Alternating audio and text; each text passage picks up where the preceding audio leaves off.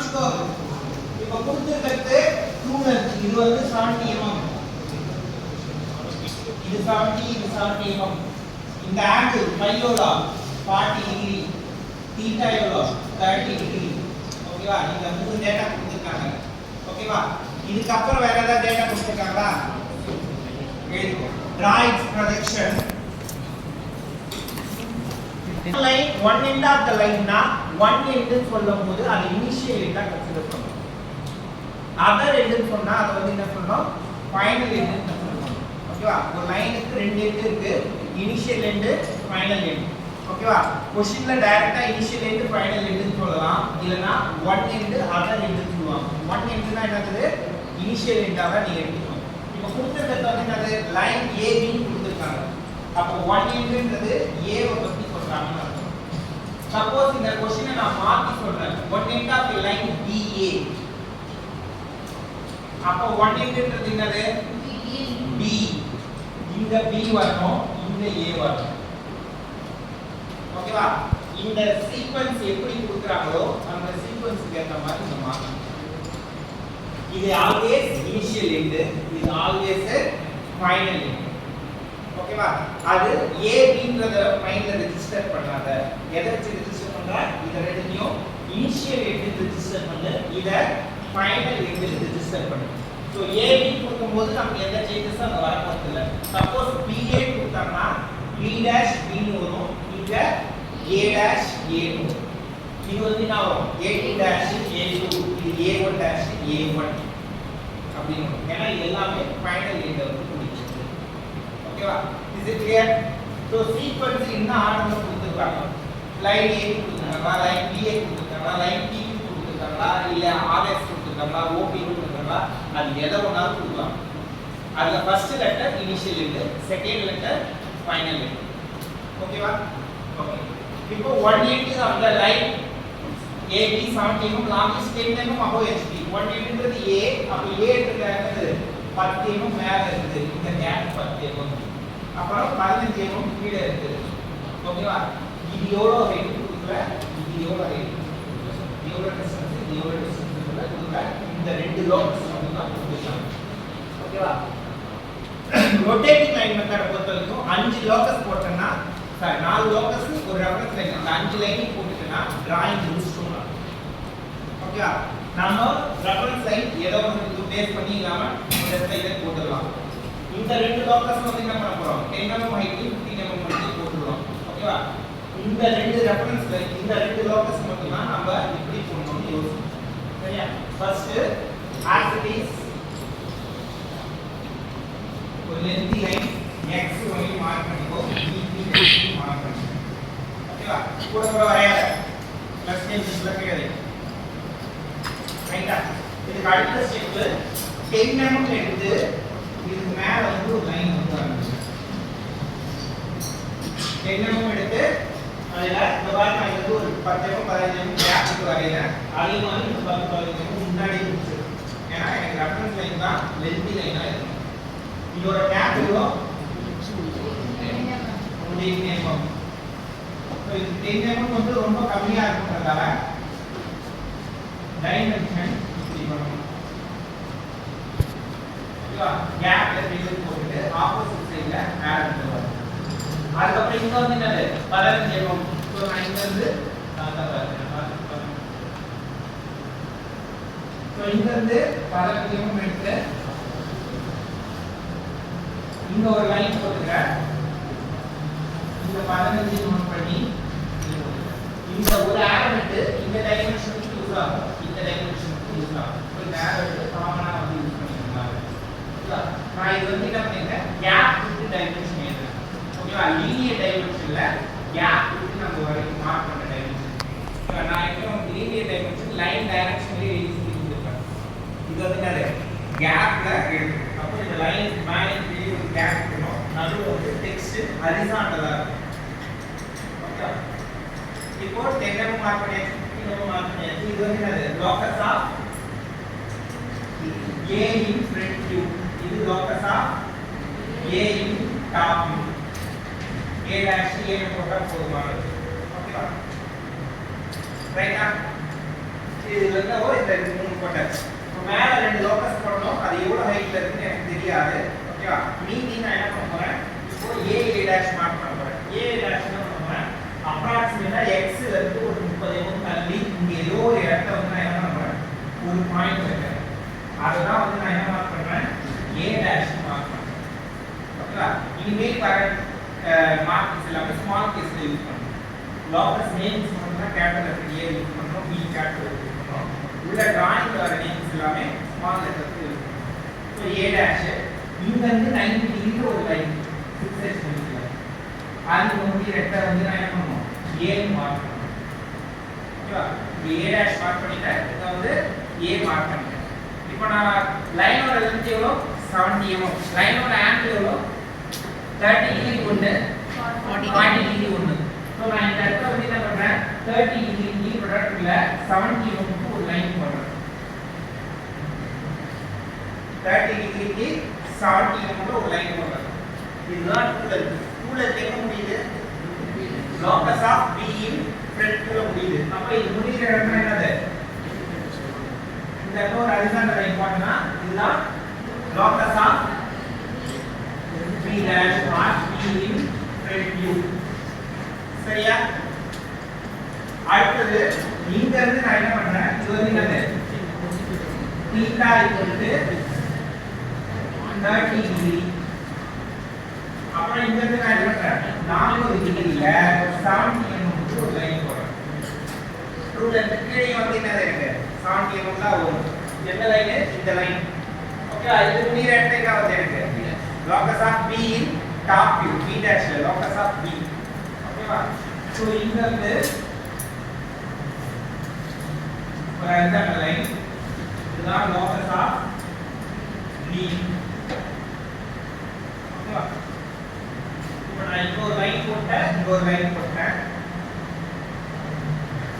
இதுல ஏதோ ஒன்னு b1 வரும்போது இன்னொரு b2 dash வரும்போது ரெண்டுமே வந்து சேமா வரப்போறது கிடையாது. ஓகேவா? இப்போ இந்த லைன்ல என்ன பண்ணிட்டாங்க? ஒரு வெர்டிகல் லைன் டிரா பண்ணிட்டாங்க.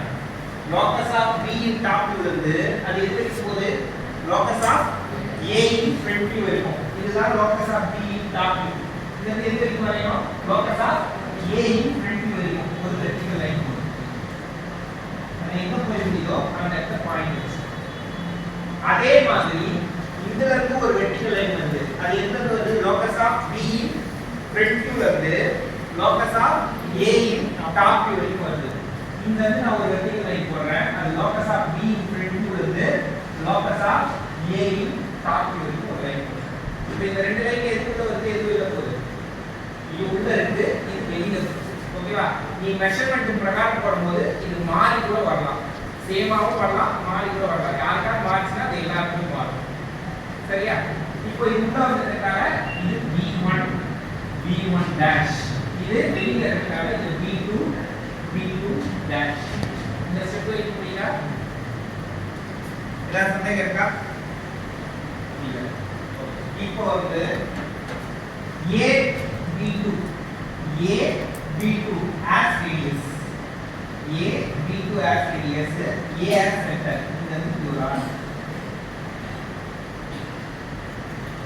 a b2 as radius a as center locus of a வந்து locus of b ஆர் கழிச்சு அத b மார்க் பண்ணிட்டேன்.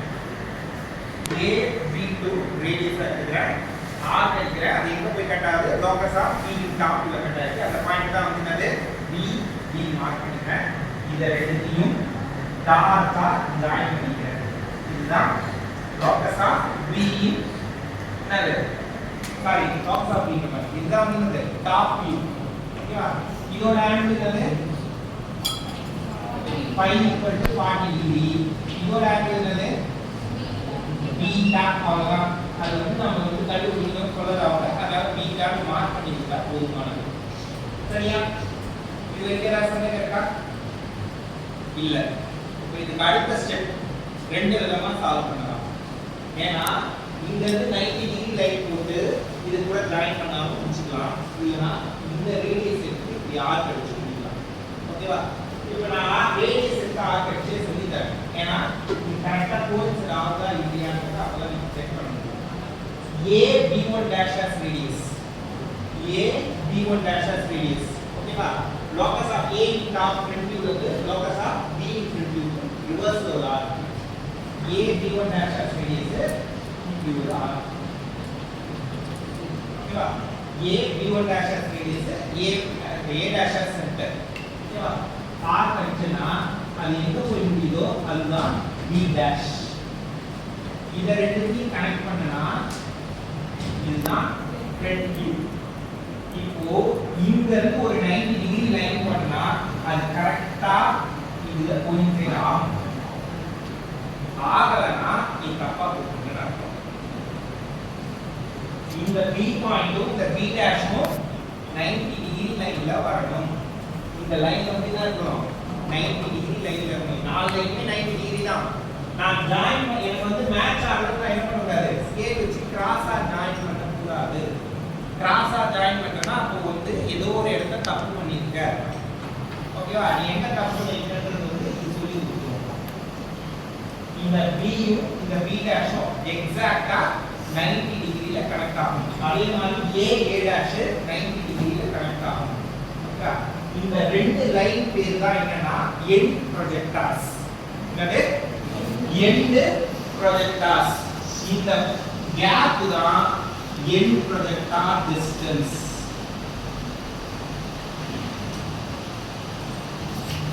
End projector distance. இந்த கேப் வந்து என்னது? end projector distance. இது வந்து ஒரு end projector, இது வந்து ஒரு end projector. இந்த ரெண்டு என்னது? end projectors. இது projection line, இது projection line. இந்த ரெண்டே ரெண்டு லைன் தான் end projector. அதாவது இனிஷியல் ரெண்டு எண்ட் ஃப்ரண்டோட இனிஷியல் எண்ட் டாப்போட இனிஷியல் ரெண்டு அது ரெண்டுத்தையும் கனெக்ட் பண்ற ப்ரொஜெக்ஷன் லைன் பேர் எண்ட் ப்ரொஜெக்டர். ஃப்ரண்ட் வியூவோட ஃபைனல் எண்ட், டாப் வியூவோட ஃபைனல் எண்ட், இந்த ரெண்டு எண்டையும் கனெக்ட் பண்ற லைன் அது ஒரு எண்ட் ப்ரொஜெக்டர். இந்த ரெண்டு எண்ட் ப்ரொஜெக்டரும் சேர்ந்தது தான் எண்ட் ப்ரொஜெக்டர்ஸ். அதுக்குள்ள கேப் தான் என்னது? End projector distance. ஓகேவா? அதை நோட் பண்ணிக்க ரொம்ப கீபேட் டயகிராம்ல, ஏன்னா அதை பேஸ் பண்ணி ப்ராப்ளம் வரும். சரியா? இப்போ இது ஏதாவது சந்தேகம் இருக்கா? நான் இப்போ இந்த ரேடியஸ் வச்சு போட்டேன் இல்லையா? இப்போ நான் ரேடியஸ் எடுத்தாம நான் என்ன பண்ணலாம்? B கண்டுபிடிச்சேன்ல, B ல இருந்து ஸ்ட்ரைட்டா ஒரு வெர்டிகல் லைன் போட்டு இத ரெண்டுத்தையும் கனெக்ட் பண்ணிடலாம். ஓகேவா? பர்ஃபெக்ட்டா வந்துரும். ஆனா A dash B dash radius எடுத்து ஆர்க் வச்சுனா இந்த போய் கரெக்ட்டா வரும். அப்ப அந்த கனெக்ட் ஆவறனால அது தப்பு சொல்லுவோம். நான் இப்போ என்ன பண்ணோம்? A B1 ரேடியஸா எடுத்து ஆர்க் ரிவர்ஸ்ல வச்சோம். இது ரெண்டு 90 டிகிரி லைன்ல வருதா செக் பண்ணோம். இப்படியும் செக் பண்ணலாம். இந்த B ல இருந்து நான் ஸ்ட்ரைட்டா வெர்டிகல் லைன் முதல்ல போட்டுட்டு இத ரெண்டுத்தையும் கனெக்ட் பண்ணிட்டு A dash B dash as radius A dash as centre வச்சு ஒரு ஆர்க் அடிச்சனா அது கரெக்ட்டா எங்க போய் முடியும்? B1 டாஷ்ல போய் முடியும். அங்க முடியலனா நீ ஏதோ தப்பு. சரியா? சோ சப்போஸ் இது வந்து உள்ள வந்துச்சு, இது வெளிய போயிடுச்சு. அப்ப என்ன ஆயிடும்? B2 ஆயிடும். இது B1 ஆயிடும். அப்போ B dash B2 dash connect பண்ற மாதிரி இருக்கும். B1 க்கு மைண்ட்ல ஃபிக்ஸ் பண்ண கூடாது. ஏ ஃப்ரண்ட் வியூல வந்து லோகஸ் ஆஃப் A ஃப்ரண்ட் வியூல வந்து இது கனெக்ட் ஆயிருக்கோ அதுல நீ கனெக்ட் பண்ணணும். அதுதான் இத வந்து நல்லா வந்து என்ன பண்ற? மெமரைஸ் பண்ணிக்க. ஃபுல்லா மனசுல பதிய வச்சுக்கோ. ஓகே? இத பேஸ் பண்ணி தான் நாம என்ன பண்ணனும்? எல்லா ப்ராப்ளமே சால்வ் பண்ண போறோம். ஓகேவா? வேற சமயம் இருக்கா? இப்போ இது டைமென்ஷன். இப்போ டைமென்ஷன் வந்து பாத்தீங்கன்னா நான் இத யூஸ் பண்ண டைமென்ஷன் இது பார்த்தோம். இது பார்த்தோம். டைமென்ஷன் எப்படிமே எந்த இதுக்கு டைமென்ஷன் பண்றோமோ அதுக்கு பர்பெண்டிகுலரா ப்ரொஜெக்ஷன் லைன்ஸ் பண்ணனும். எனக்கு 2 லென்த் கொடுத்துட்டாங்க. 2 லென்த் வந்து நான் மேல டைமென்ஷன் பண்ணனும், இல்ல கீழ டைமென்ஷன் பண்ணனும். நான் கீழ வரையறேன்னு வெச்சுக்கோங்க. இப்போ இதுதான் வந்து 2 லென்த். இந்த லைனுக்கு இந்த ஒரு பர்టిక్యులர் லைன் பர்பெண்டிகுலர் லைனும் இந்த ஒரு பர்பெண்டிகுலர் லைன் பண்ணனும். அதாவது 90 டிகிரி லைனும் 90 டிகிரி லைன் போட்டு இந்த லைனுக்கு parallel லைன் இது என்ன ஆங்கிள் இருக்கோ அதே ஆங்கிள்ல நீங்க வந்து நல்ல எடைய கொண்டு ஒரு லைன் போடணும். ஓகேவா? அந்த லைனுக்கு கீழே இந்த projection line minimum 3 mm extend ஆயிடும். தென் இங்க ஒரு ஆரோ இருக்கு, இங்க ஒரு ஆரோ இருக்கு. இது 70. அவ்வளவுதான். நான் இந்த மாதிரி கேப் எழுதல சார்னா இந்த ரெண்டு லைன் லைனோட டைரக்ஷன் லென்த் 70.